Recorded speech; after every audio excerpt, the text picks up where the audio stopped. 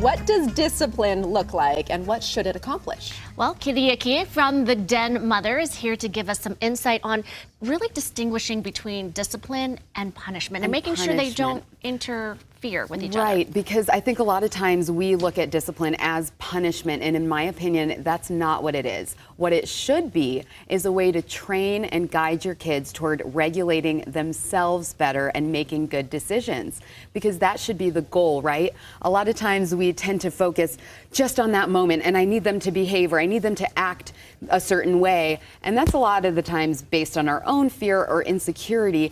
And instead of focusing all of our energy on just the behavior, if we focus on the big picture and what we're trying to teach them and instill in them, then it kind of shifts the conversation a little bit. Okay, I'm so fascinated. I need you for this because I'm not good at this. It's hard. So say my son's being naughty, and in that moment I punish, I guess, but I think that that's discipline. So I say I'm going to take this thing away, or there's no more Xbox for the rest of the week. I'm not good at holding that either, but what should I be doing rather than a punishment? So you bring up a really good point, because a lot of the times we don't have a plan, and so it's all based on our emotions. We're up, we're down, no, and then we give in.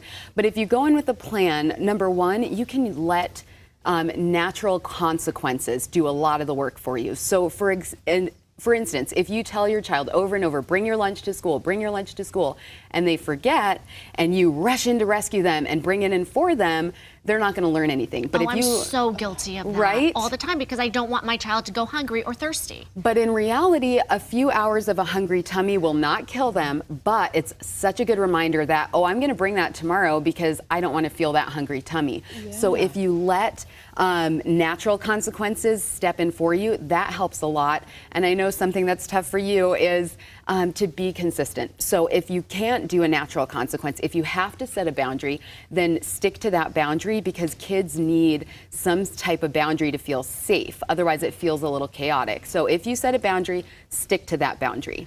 And that's a good tip too. And maybe we should also find out the goal of disciplining.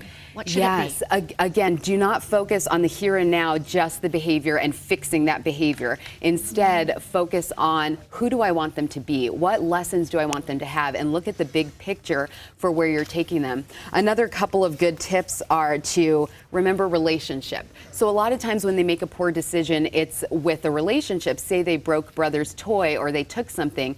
Rather than an arbitrary consequence, you can have the consequence match up. Say, we're going to use your allowance to buy brother a new toy. We're going to spend some time writing an apology letter.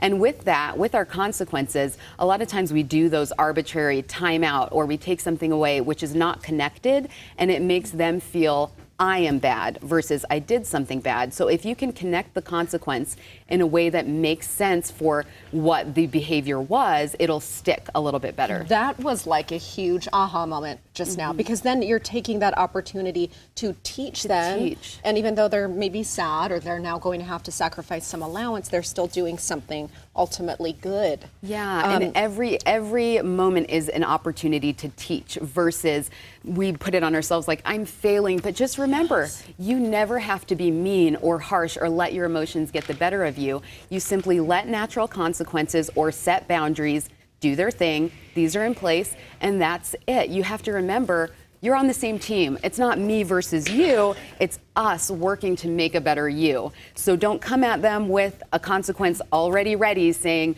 see, I knew you'd mess up, but think the best of them, and then you can be surprised and say, oh my gosh, so what should we do about that? You made a poor decision. We had a boundary set up. Let's think of a consequence that makes sense. Wow. Okay, this is mind-blowing to me right now. Okay, so you also say that they should be practical, like you just said. And then anything else? What are some last takeaways? You know, I would say all the time we do as parents want to spare our kids from pain, and we talked about that a little bit. But we have to remember that neglecting discipline now in a loving, nurturing setting can set them up for exponentially more pain when they're in the world and they're not in a situation with, a boss who loves them like their parents. So now's the safe time to do that discipline, and it will spare them from pain in the future. Such a great reminder. Yes. Kitty Aki, where can we find out more information? Yes, you can find me. I'm on the Den Mother podcast, season 2 out now. Also Instagram @the_Kitty Aki and thedenmother.net.